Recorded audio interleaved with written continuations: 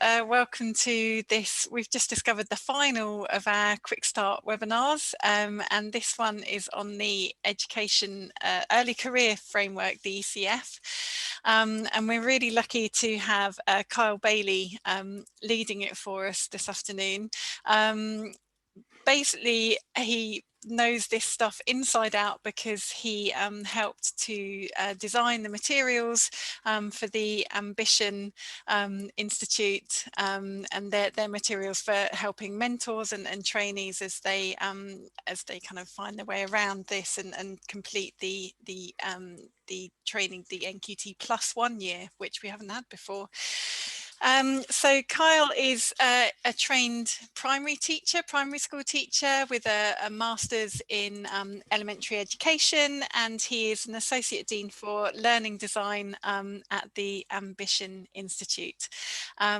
So Kyle, I shall hand over to you and mute myself and let you get going when you're ready. Great.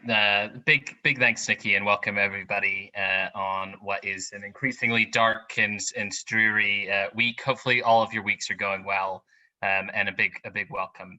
It'd be really helpful for me to know who's on the call, but also in preparation for the session, if we could test out the chat function on Zoom. So it'd be really helpful if you could introduce yourself and share your role and a little bit about your school, if possible, or schools, if you're working across multiple schools. Again, we'll be using that for questions, responses to some activities in the session. So again, if you wouldn't mind just in the chat function, dropping your name, your role, and where or the organizations that you work, that would be helpful. So just spend 60 seconds or so. Thanks, Nikki. Great modeling there. Thanks, Roger.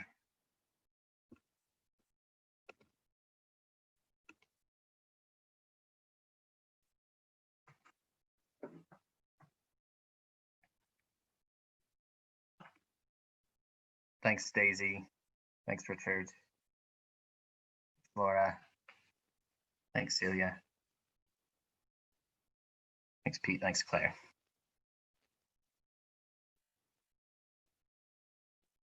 We'll let that come through, and we'll make a start. We've got an hour or so now. I'll stick on if there are any particular questions that you have. As Nikki mentioned, I have been living and breathing the early career framework.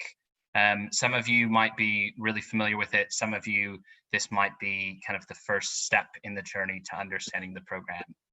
I've led on this program. I also am involved in our Masters in Expert Teaching program, which you might be aware. Again, not the purpose of this session, but a bit about my background. I'm going to go ahead and share my screen. Hopefully you will all here in a second be able to see slides. So it should say ECF getting ready for September 2021. So that's me. Again, I'm aware some of you will know my organization that I work for. So I work for Ambition Institute. Just wanted to share our vision and our mission. I'll give you a couple seconds to digest this.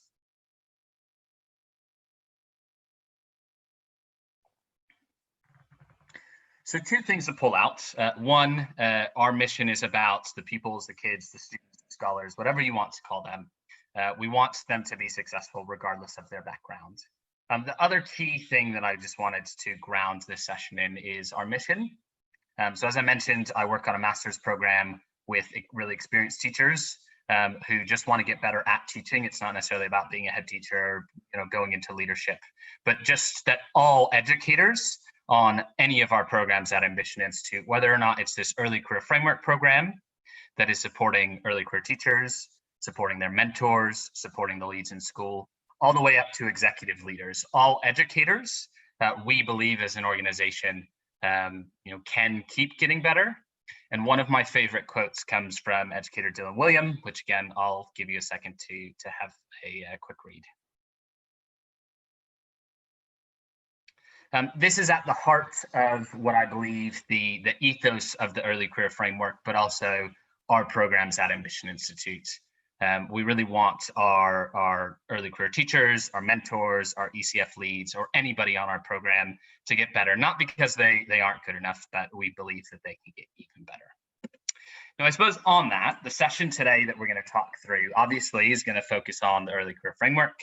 Again, I'm aware that there's likely a differing level of understanding, some prior knowledge on what the early career framework is. And we'll spend some time thinking about the requirements for schools.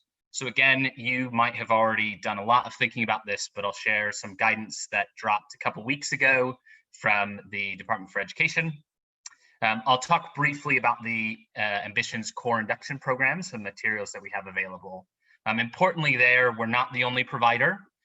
So there are 3 other providers that are providing materials. Again, I'll hopefully share a link both now and after the session for where you can have an exploration of those materials if you've not already. And then lastly, a chance for questions and next steps. So first, it would be helpful for me to get a good understanding about what, if any, knowledge you have about the early career framework. Perfectly acceptable if, again, in that chat function, if you drop a line saying it's new to me, that's why I'm here on this call. It might be that you, your school, the leaders that you work with have already spent some time trying to map your current NQT provision with what's there. Any detail, any prior knowledge is helpful. It's just helpful for me to try to pitch the session. So again, in the chat function, what, if any, knowledge do you have of the framework? And Nikki, if you wouldn't mind monitoring and then sharing and trying to summarize a couple of key points, that would be of help. So again, in the chat function, if you wouldn't mind spending a minute or two jotting down what, if any, knowledge you have about the framework.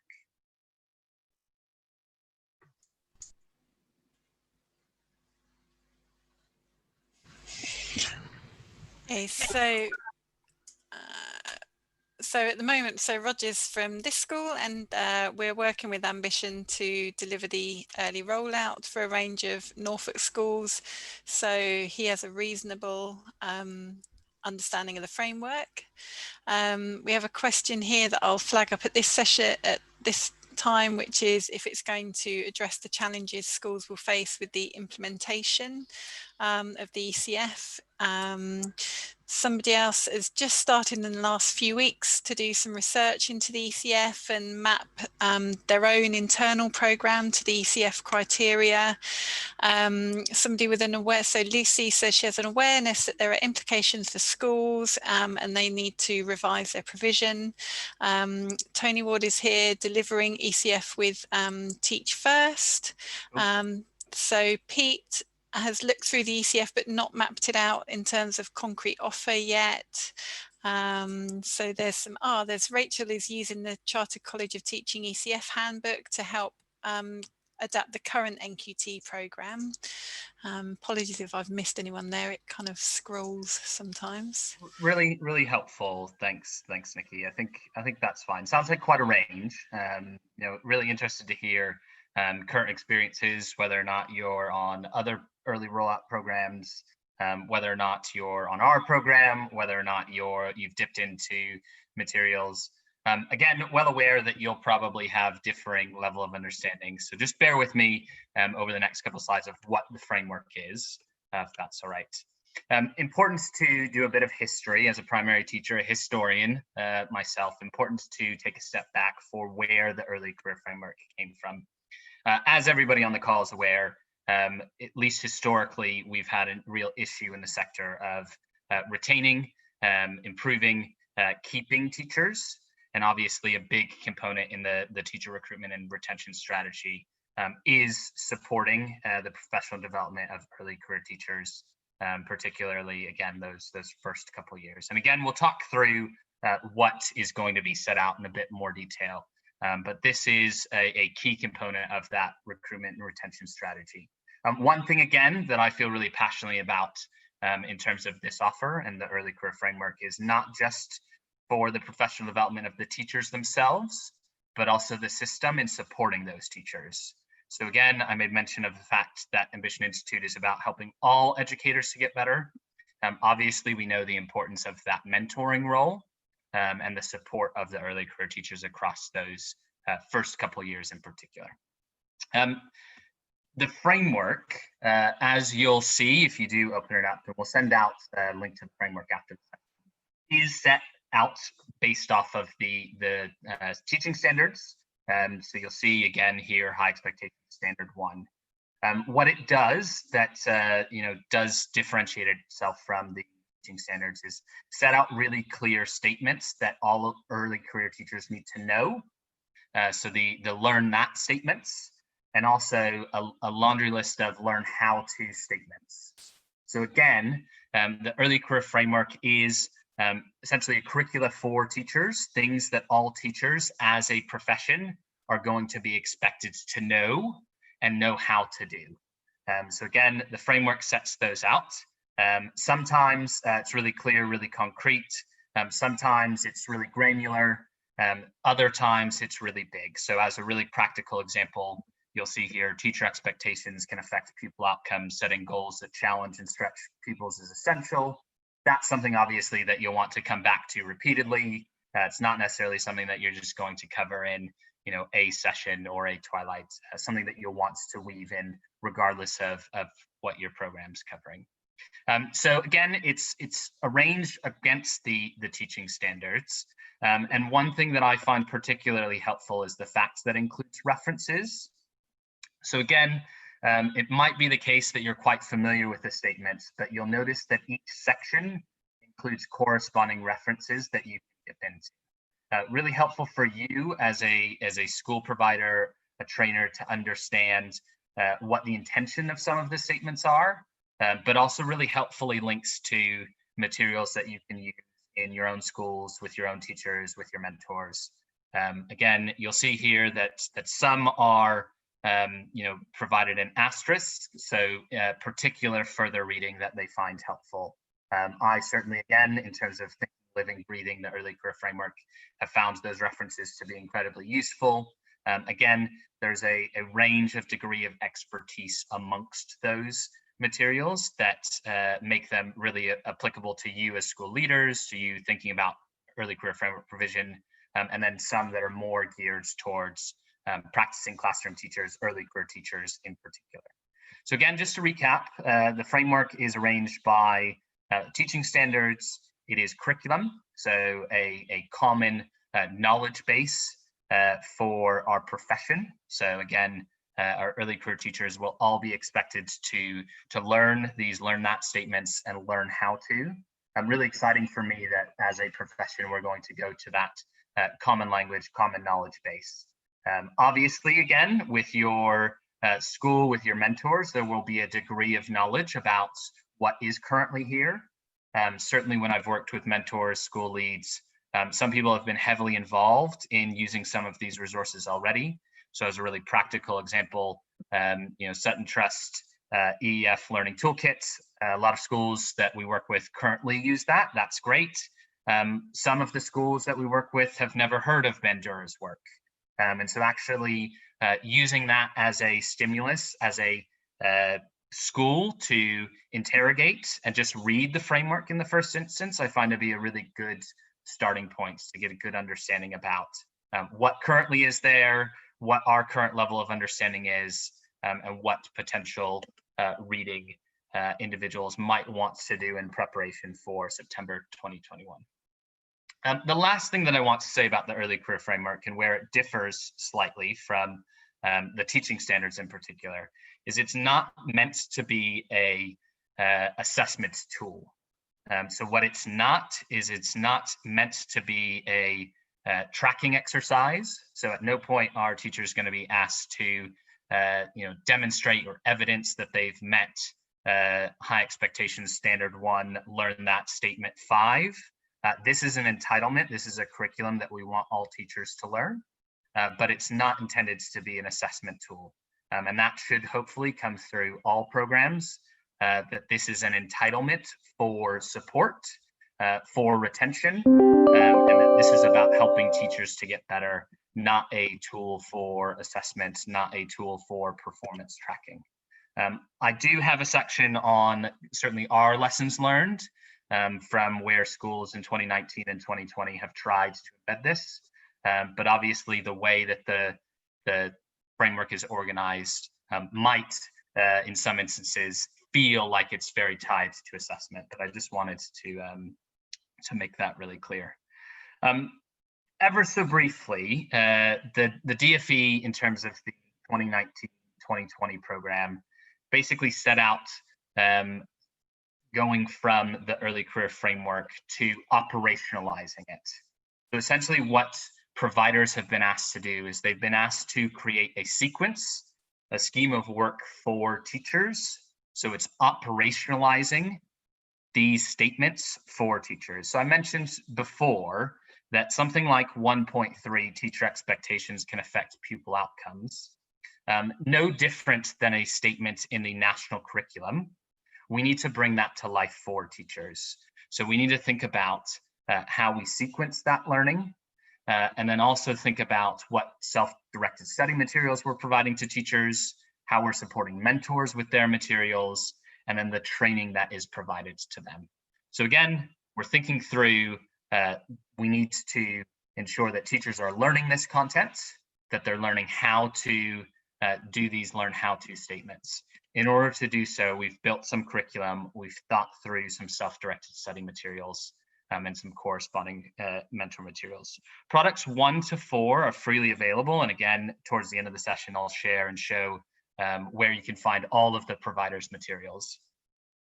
There is also an additional component for training sessions or conferences, twilights, for both mentors and teachers. I'm not going to talk loads about that in the session. Do want to just finish this introductory session with a bit of context around statutory changes. Obviously, you're all well aware of what is currently provided for our early career teachers, our NQTs. So again, 1 year, 10% reduction in timetable. That mentoring and support should be there. Obviously, again, the assessment to the standards. And you all, in some way, shape, or form, will have a CPD program for your teachers. Many schools have some really great NQT offers, and that's fantastic. From September 2021, across England, there's obviously some slight changes to that. So obviously, we're going to a 2-year statutory induction. And I suppose there's an asterisk on that. Obviously, if it's part-time, that is extended. Obviously, there might be extenuating circumstances where you want to shorten that statutory induction, similar to how it works now. But essentially, in typical situation, what the big change is going to be is that 5% reduction in timetable in year 2. And then again, that assessment against the teaching standards in year 2. So you'll still be working with associated body to ensure that they're making progress. You'll still be having those formal progress review meetings that sit outside of the framework. But there is this entitlement to support, this entitlement to additional time. And again, you'll see that there still is going to be, ongoing continuing professional development that occurs in schools. So I'm just going to pause there for questions. I do have a bit more details on school requirements. If it's anything to do with schools, number of hours, how that works, I'll take that here in a second. But just anything about the framework itself would be helpful. Any of the curriculum for teachers questions that we might have. There's a question here from Tony Ward about you were talking about the common knowledge and the common language, and how far, do you know how much this is cross-referenced with the teaching standards, language expectations, and so on? So that was the starting point. I suppose there's 2 things that I'll add. It's definitely more comprehensive. So if you just familiarize yourself with the teaching standards, and different schools call them different things, but substandards, what sits below the main teaching standards, it's definitely more comprehensive. I will say that it's potentially some of the sections are not without criticism. Different people have different views about the framework, and I'm not gonna go into that loads. One thing that I will say is that it is coupled with an initial teacher training core framework. So again, not the purpose of this session, but there is a similar framework that is being rolled out across all initial teacher training providers that basically serves as a step back from what you currently see here. So there's a really practical example. Again, from 2021, the initial teacher training core framework will ask people to focus on learn that statements, learn how to statements.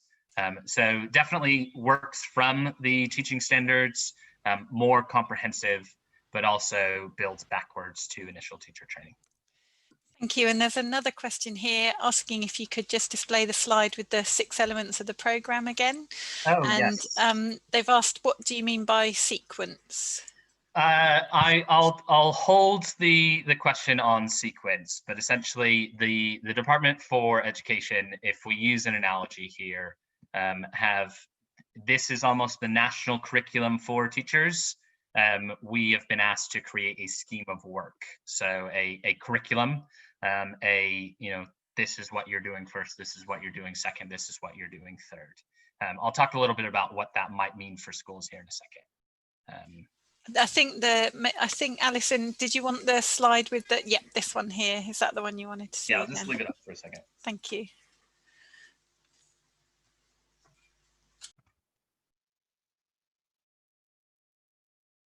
Again, I'll talk through an example. I'm aware it's really abstract. Again, I've lived and breathed product 1, product 4, product 6, but essentially 1 to 4 are freely available on the DFE website.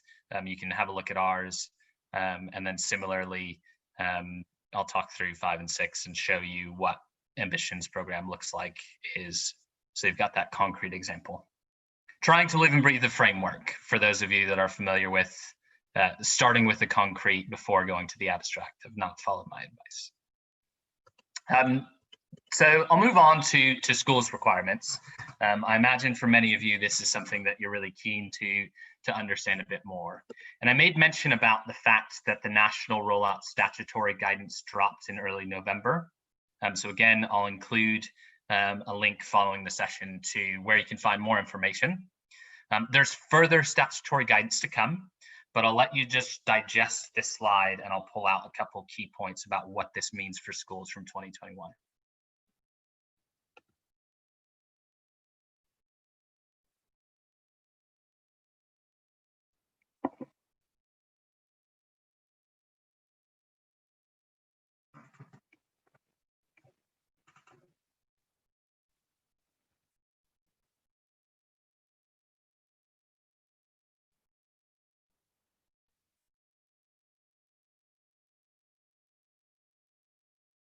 So in terms of the first one, there is a tendering process that is occurring at the moment. So there is a bid out for providers to talk about how they will use the high quality training materials to essentially deliver products 5 and 6. And again, I'll go back to the previous slide here in a second. So an option for schools from 2021 are to, through a provider, receive a funded provider-led training program. So essentially you would, your NQTs would be working with a provider. That provider would be either leading the training themselves or delivering in conjunction with you as a school, those sessions for teachers and for mentors.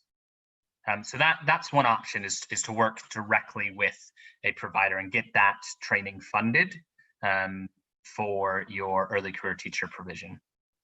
A second option is to draw on the materials that I've made mention of, those products 1 to 4, that's currently sitting on the DFE website. So again, I'll pull it up here on Internet Explorer here in a minute, but essentially you've got access to professional development materials that are currently up on the DFE website, and you can use those, adapt those, change those, and make sure that you're delivering again against that national curriculum essentially. The third option is for you to design and deliver your own early career framework-based induction program.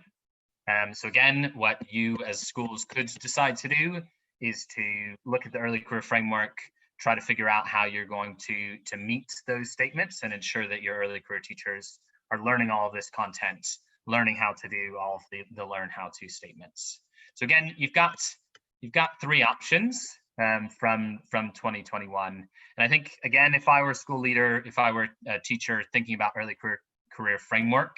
I would just spend some time getting to know the materials, getting to know the framework, so you can make that decision that best fits the needs of your school and your teachers. Again, I'm just going to go back to ever so briefly the slides just to make it a bit more clear about the differences between funded provider training program and these high quality professional development sessions. So again, essentially the difference between option 1 and option 2 on the slides are option 2 is what's called the full induction program.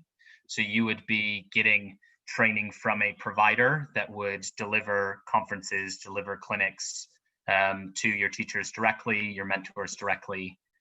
Option 2 would be taking what's currently available on the DFE website and just using those and administering those in your school on your own. Time requirements for the option 1 as they currently stand are as followed. And there's a lot here, and I'm just going to give you a second to just digest the time requirements for that first option. Again, this doesn't apply necessarily to option 2 or option 3, but is some helpful context about the time requirements set out for those funded providers. I'll just give you a second to digest.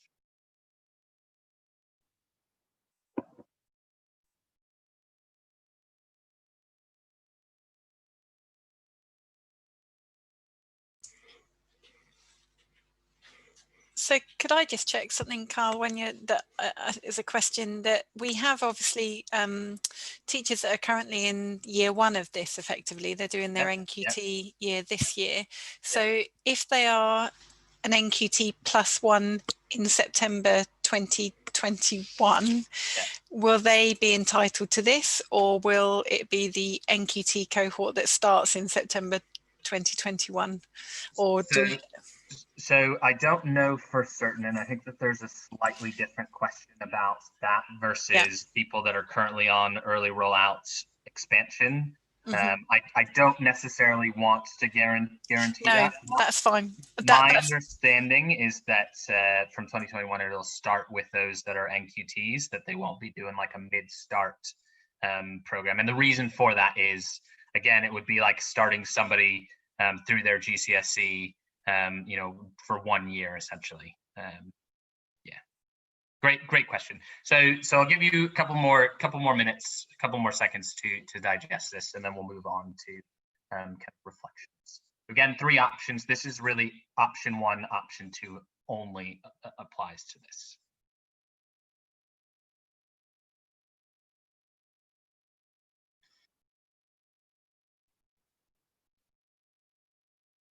Now, some things currently are happening. So obviously formal assessment, professional progress reviews, this is what's currently happening in schools. You'll have some type of NQT training that occurs. You'll also have mentor support. All providers, so whether it be the UCL consortium, whether it be Educational Development Trust, whether it be Teach First, or whether it be Ambition Institute, these are the constraints that we're working from. This is what's been set out by the DFE. So again, if you are going with a funded provider, that's kind of the what we're working with. Our materials that the 4 different providers have put up on the DFE website have used this timing as assumptions. So it gives you a bit of understanding about where these have come from. And then lastly, if you're designing your own, it's a bit of a Goldilocks issue. So what I mean by that is you might think that you can cover some of the learn how to statements quicker. You might want to take longer if you want to provide more training time in your own school. But again, if you're dealing with kind of option 1, option 2 here, these are the assumptions by which the materials are based. Kyle, we have a question. Someone's raised their hand. Should we take it now or wait? Let's wait. So yeah. I'd be really keen to get a good understanding about either questions that you have at this point that I can tackle. Again, I'll be getting on to Ambition's program and fleshing out what this looks like in a bit more detail. But if you do have any questions about any of the school requirements, or if you do have any reflections on how this currently relates to your NQT practice, it'd be helpful if you just drop that in the chat function.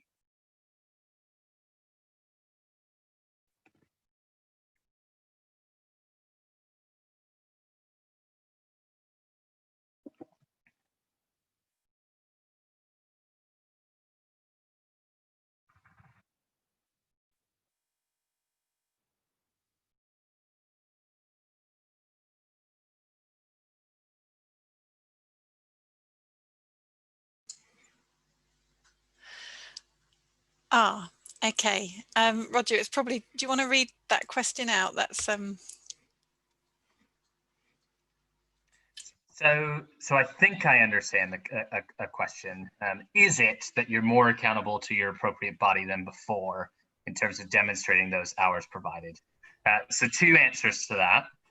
One is they've not actually put out the statutory guidance about how working with associate bodies and ensuring hours, ensuring curriculum coverage is going to occur. So I can't provide that. I do know that those bodies will have some involvement, but what that involvement looks like, they've said that they're going to release in a further statutory guidance. So I don't know. I do know that, again, we currently, so in terms of the funded providers that are currently doing the early rollout, the materials that are up, we've been held into account. So whether it be Teach First, UCL, EDT, Ambition Institute, we've been held into account for these hours. It would be very weird if someone wasn't holding schools to account that went down their own route. Yes. And we're used to waiting for guidance.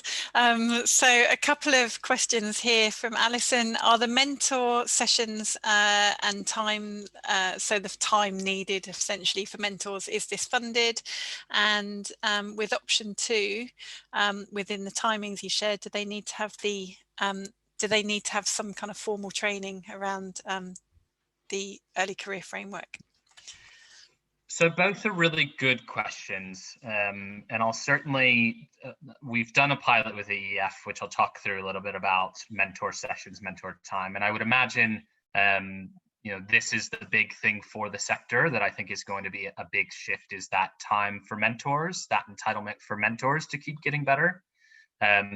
So really concretely, what schools will get, and I suppose going back to this, you're obviously going to get the funding for the additional time off timetable for your NQT. You also should be getting the funding in some way, shape, or form for the mentor training. So again, regardless of the routes that you go, you should be getting funding for the mentor training. The mentor timetabling is a different issue, and I think they're going to be releasing more guidance in the statutory framework later. I've delivered trainings before where I've gotten statutory guidance released day of, which obviously isn't helpful. So unfortunately, I can't provide any more detailed answer on time off timetable for the mentor. I will say that this is kind of the big issue, and I think really the really exciting thing for me that you're on this call now, despite it being November 2020, you're already thinking about these type of things. Timetabling is a big issue. Obviously, those schools that are doing providers now, bubbling, people self-isolating, people shielding, that entitlement to support the mentor sessions. So again, these 39 hours, 1 hour weekly meetings is obviously something that schools in an ideal world would be able to timetable in, provides that support as early as possible. On our program, we try to induct people as early as we can because we're aware that this represents a shift in terms of how some schools are able to provide that support. Nikki, were there other questions? Did I capture those? They're around the funding again, about whether we'll be funded for the release time, which I think you just talked about, and I've checked this with a few different people, and I think the answer is that we don't know yet, and we're waiting to hear. There's a question here: are schools expected to have generic mentors rather than subject specific, as currently you may not know if you have an NQT until late in the year, so upskilling a mentor from a department will be difficult? So I suppose it depends on the route that you go, I would say. Again, like, I would imagine that the school would be doing what's best for them and for their school. Again, going back to our mission, it's about helping the children, helping the young people in our school. Certainly from our program, we definitely believe that subject specific support where possible is best.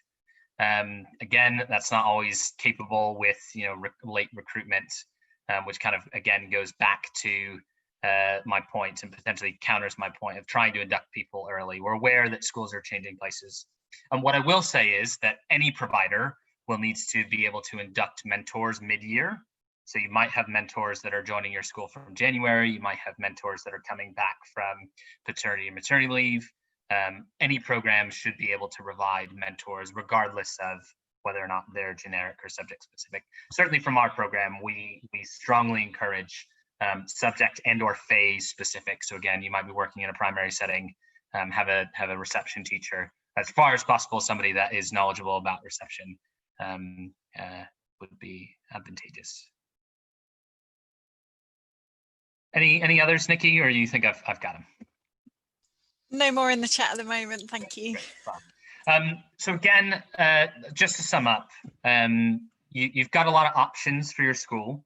The framework has a lot of content. Your specific school will already be doing some really great stuff. So again, for this third option, don't count it out. I mean, obviously, we are currently providing materials, but take a real good look at your own current provision, compare that against the framework, have a think about what's there, what might be missing, what might be further and above and beyond the framework. Because there might be things that you're training on that need to be covered that aren't necessarily in the framework. And I'll talk a little bit about what that means here in a second. So just going to spend a little bit of time talking about our current program, make it concrete for you about what a program looks like. So if we were to talk about this core induction program, essentially what we're talking about are these development materials that are currently up on the DFE website. So again, self-study materials, sequence, mentor session materials, and training outlines. So what are Ambition Institute's materials? Before I talk through them, I just want to talk through what some of our design decisions were. We want to build routines. We want things to be really bite-sized because teachers are busy, mentors are busy. So we try to make things as accessible as possible. So 10 minutes of reading here, 10 minutes of watching a video there, same processes every week, in the same way of when I'm in the maths classroom teaching in primary, I want to do the same type of activities where possible. So I don't need to explain the activity that we're doing, but rather focus on the learning.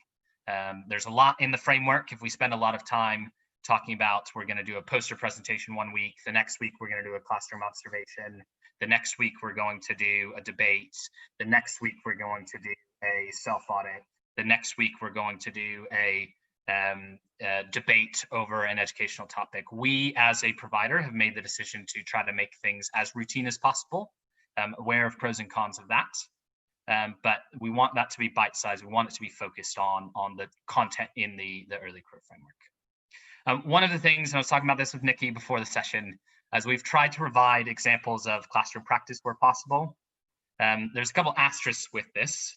And I suppose going to the point about subject or phase, we've tried to provide as much of a spread of subject and phase as possible. The framework itself needs to be usable for any subject or phase. For those of you who are supporting teachers that teach in any subject, any phase, you'll know that your subject and phase have unique intricacies in them that are oftentimes difficult to exemplify or potentially unique to your subject or phase. And we've tried to do an audit. We're going out to schools, to subject experts, trying to get more. But we think that teachers need to see what good looks like, that just reading something doesn't necessarily give you a good understanding about what high expectations look like. I've mentioned routines.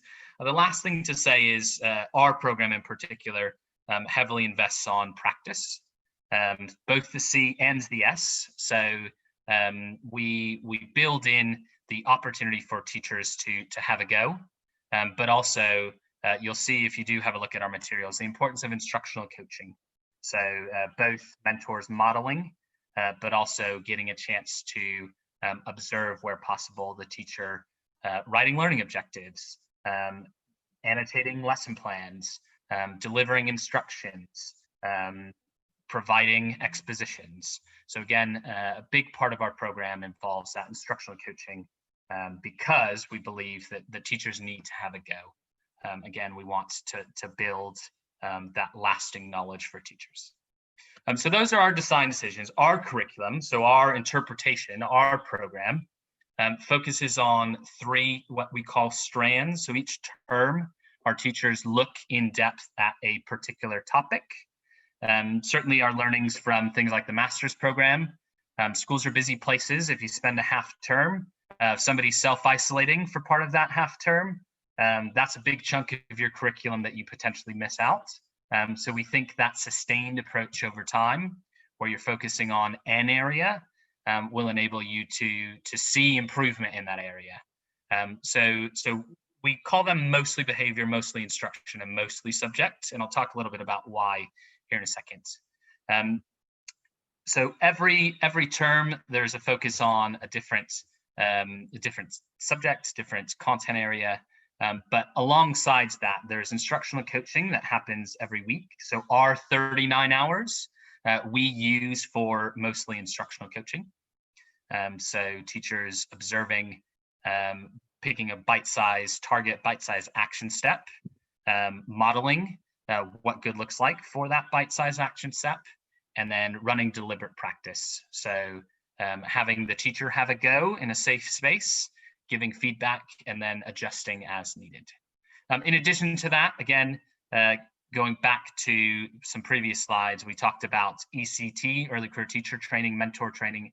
There's also some online clinics, some sessions that happen just like this over Zoom that sit alongside what happens on a weekly or termly basis.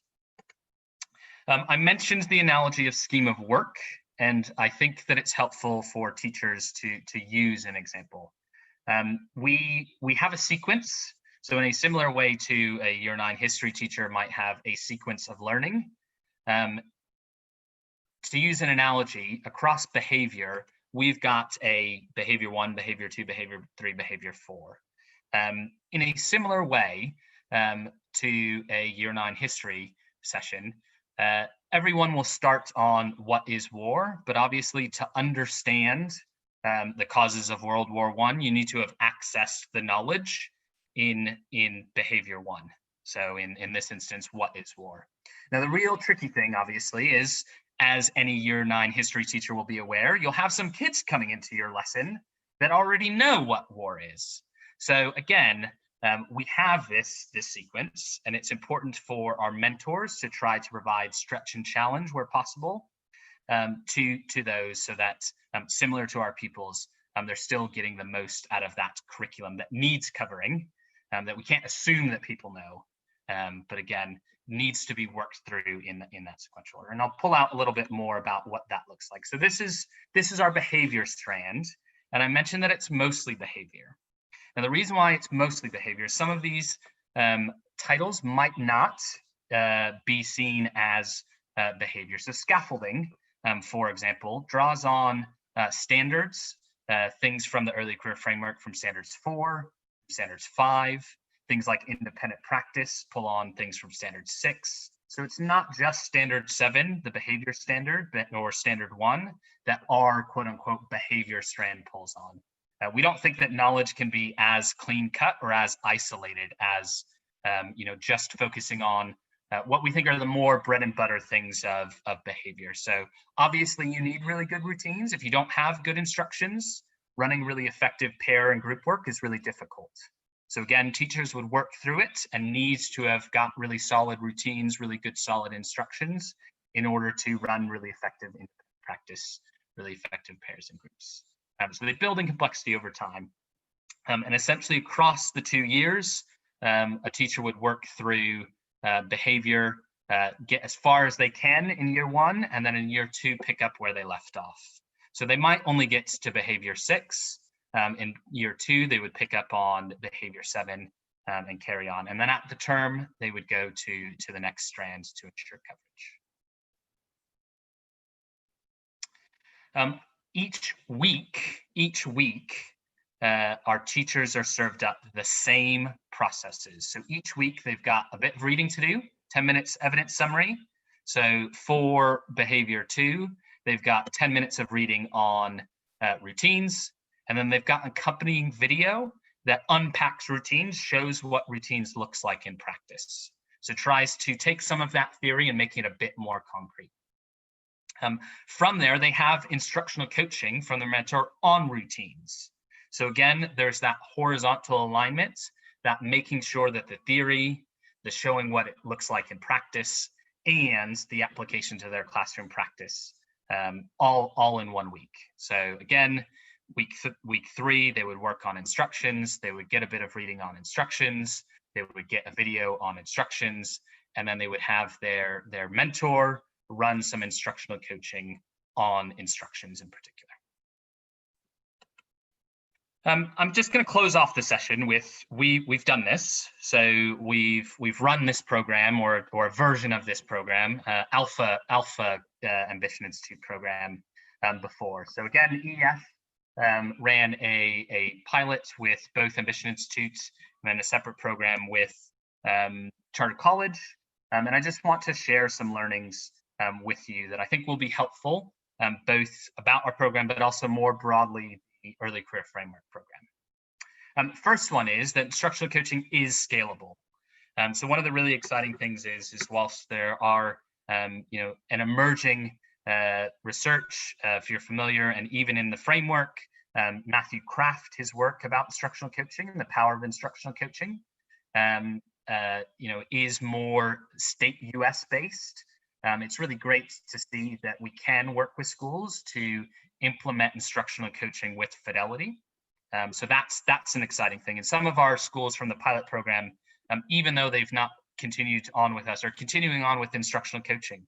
So it's really cool to see how schools are making it work for their kids, for their children.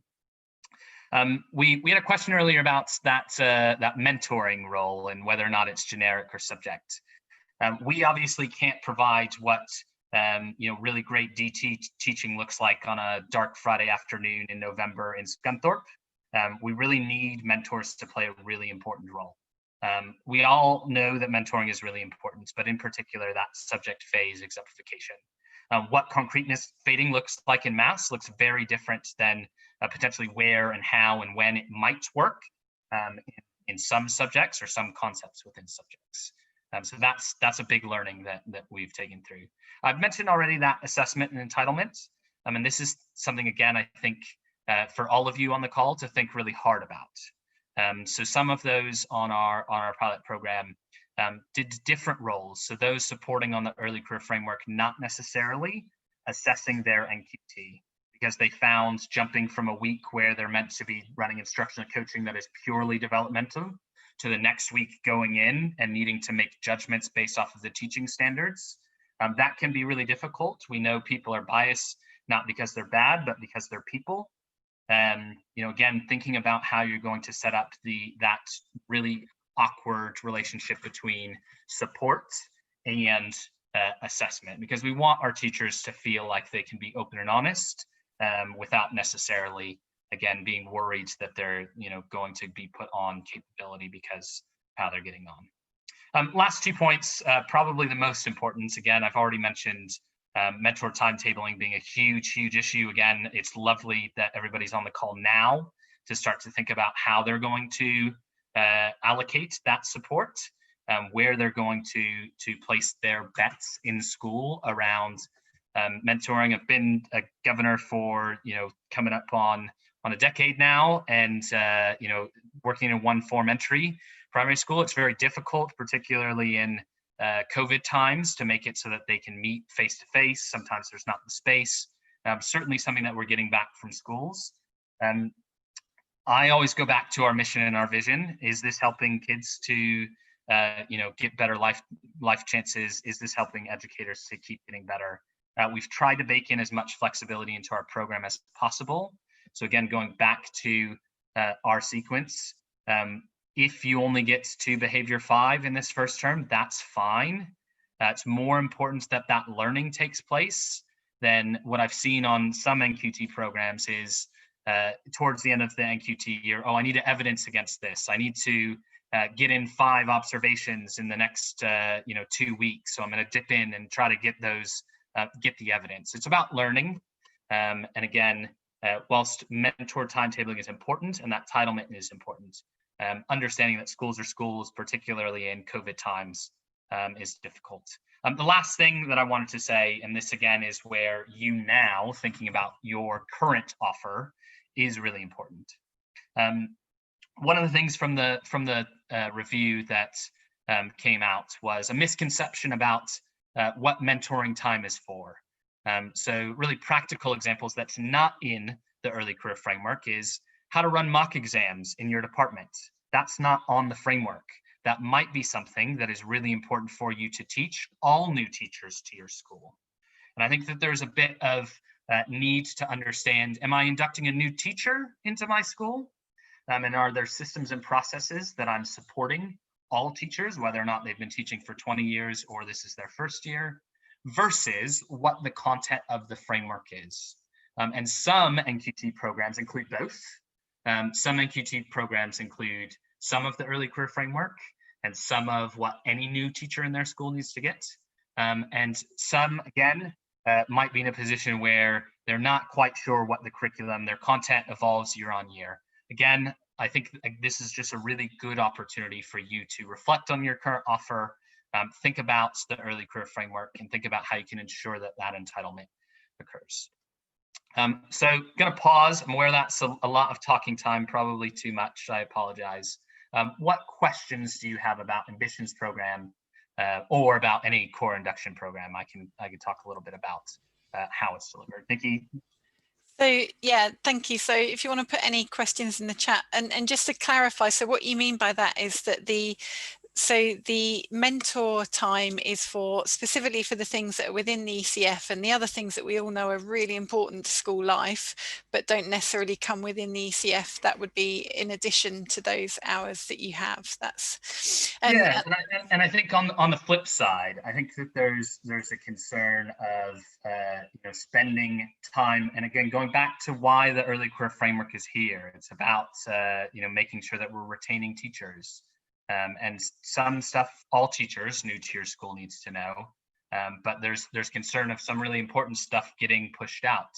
If a teacher doesn't have really good routines in their classroom because they're focused on running other things, not getting that entitlement, I think it is really important. Both are important. It is a challenge for schools, and I do again think that it's good now to look back at our provision, think about what's in the framework and what's not.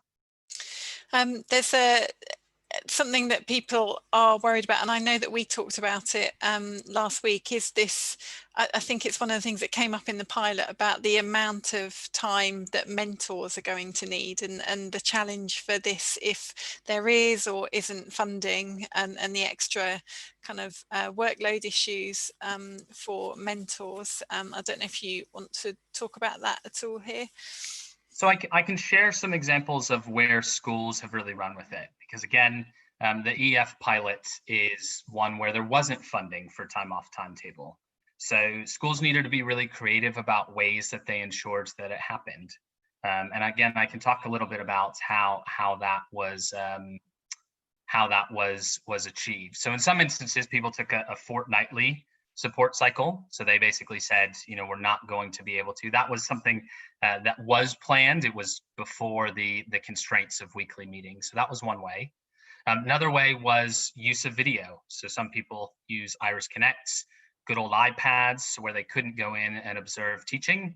They use technology to try to go around that. One of the weird side benefits of COVID is more people are becoming familiar, trying out different tech platforms. So I've certainly, again, worked with mentors where they work on different sites at some instances, some schools, than their early career teachers. And rather than what they would have done in years past, meeting face-to-face, or again, some people aren't in the position where they're even in school, doing their coaching over things like Zoom.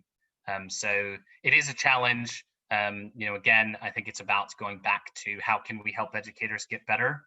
There's obviously the constraints of time. There's obviously the constraints of the COVID world. Again, tapping into others and best practice, I think is one of the really great things about any program, is the chance to get to hear from other schools about how they're making things work for their teachers. And I think you're not alone in having this concern, Alison, and a lot of people are talking about this. So it will hopefully be something that people are thinking about and sharing and pressuring around. Lucy wanted to speak her question rather than write it down. Do you want to come in now, Lucy?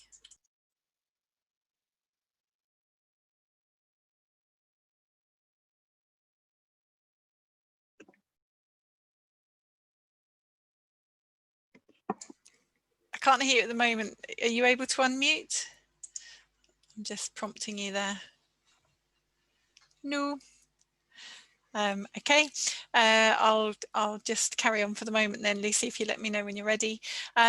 So Roger's got a question about, would you recommend that schools split mentoring from the traditional induction supervisor, so person who writes the formal report to the awarding body on the early career teacher role, as these are two things that are quite different from September 2021 onwards? Yeah, so again, not an expert in your school or your context.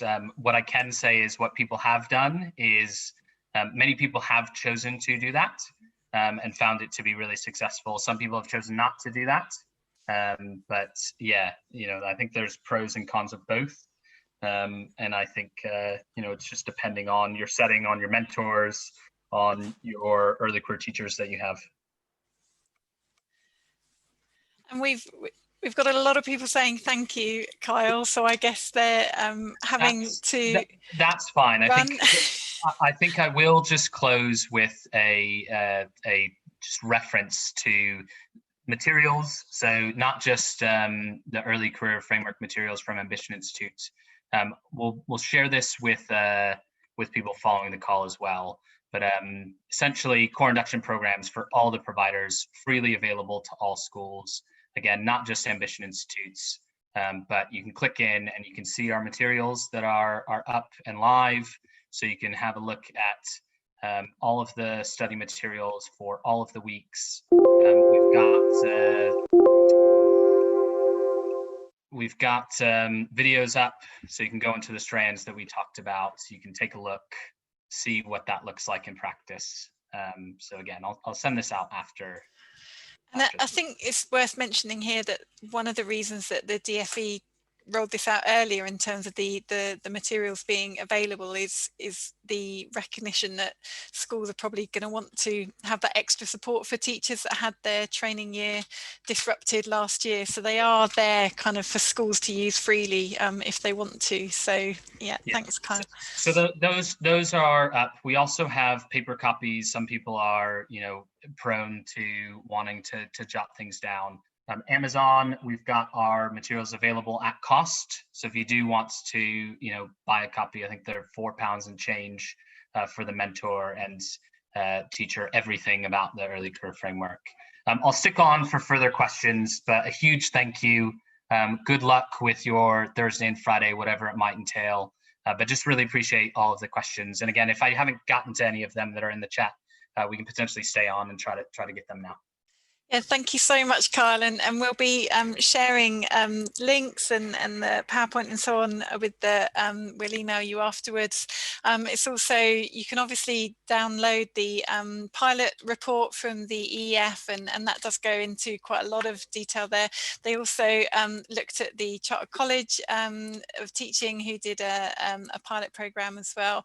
But thank you so much, Kyle, first of all for delivering the session, but also being so open to the questions and queries, and like you say, so Kyle's staying here, so if you've got some questions, I'll mute myself and leave you all to just say them if you have them. Hey Kyle, I posted an awkward question, but I'm just curious. You made a claim that instructional coaching has been proven to be scalable. I can see how you'd claim that maybe on a fidelity basis, but do you have any evidence yet that when it scales up, its impact on improvement in teacher quality and instructional quality is improved, or are we strictly talking about fidelity to process at this stage? Fidelity to process, and apologies if I was clumsy with my language. No, you definitely said fidelity. I was just curious because in the craft thing, what it said about the fading effect size when you scale up was really interesting, but that was about impact. Yeah, and so what I will refer you to is the language from the IOE here. So I'll just share the support. So basically, the report wanted to look at three things: theory of change, is there evidence, is the program feasible, and then are the pilot programs scalable? And I think the exciting thing for me, and again, talking to the ECF, this is something that they're wanting to investigate more about the scalability, but there seems to be some evidence that engagement with the program, which includes instructional coaching, was something that they at least had indications that they were scalable. Again, 50 schools, not a randomly selected amount of schools, so obviously there's potentially selection bias there. But yeah, do have a read. Mixed bag on some things. You'll see here again that some evidence on theory of change, some aspects partly. Unsurprisingly, time is a big thing. Per NQ, some of the things that we talked about. Really good question. They're not awkward. Thanks for clarifying that, Roger. Thank you very much. It's really helpful. Nikki, are there more in the chat, or? There's no more in the chat. Does anybody want to just any more questions from anyone here? I know there are people here. Oh. I was just wondering if it's all right around the role of the mentor. Sorry, I'm looking at two screens, so I look like I'm looking off afar. In regards to the expectation that they would really know the early career framework inside out, and especially that reference section, that's where I worry some mentors who maybe haven't had that training, obviously, when they approach things like cognitive load, there might be a real kind of discrepancy when they're trying to have the conversations. So just wondered what the kind of the thought is around expectation for mentors in that area.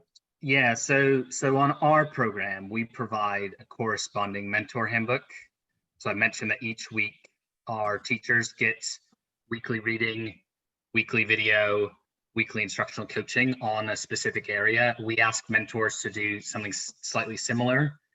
So again, on our program, the funded program where mentors get training, rather than some of that training going towards in-person or online sessions, we're aware that there's, some mentors are really well versed in the early career framework.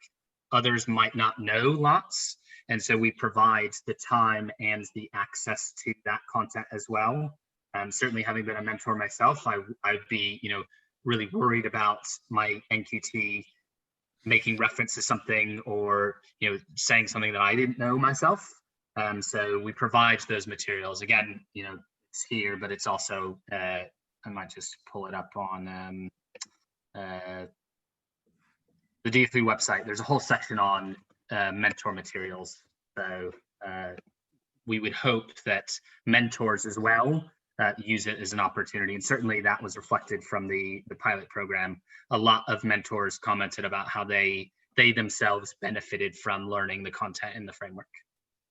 And is there kind of any key go-tos, like say Dan Willingham? I notice he features a lot in all the MPQs, and I know there's kind of wouldn't be a you must read, but in your experience, is there a kind of? So I'll defer to the framework in the first instance and the asterisks on the framework. I might have my personal opinions about that, but I think in fairness, the framework is pretty comprehensive.